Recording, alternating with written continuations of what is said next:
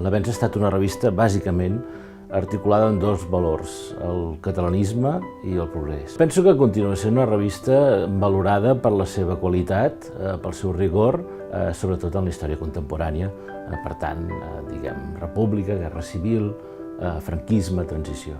Triar-ne 3 de 400 és molt difícil, però jo m'inclinaria segurament per la del número 0, que anuncia les intencions de la revista, la del número 200, que tracta del tema Catalunya-Espanya, que ha estat un tema recurrent, i naturalment m'inclinaria per la del 400, que anuncia aquesta voluntat de revista cultural.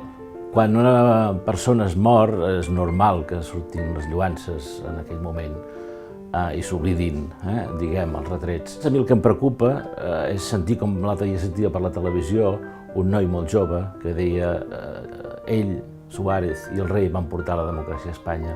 És aquesta visió equivocada la que hem de combatre.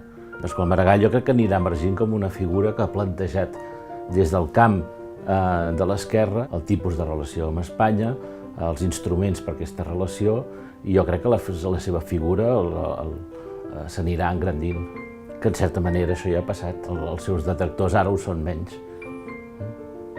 La història, gairebé per definició, es podria dir que l'escriuen els vencedors, però la història és molt llarga i justament la feina de la gent que s'hi dedica és anar construint una història que pugui explicar la història dels vençuts.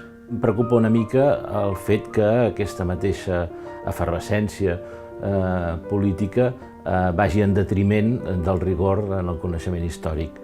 Penso que no hem de perdre l'esperit de ser crítics, perquè la millor manera de construir el present és saber ben bé què va passar en el passat, no idealitzar en el passat.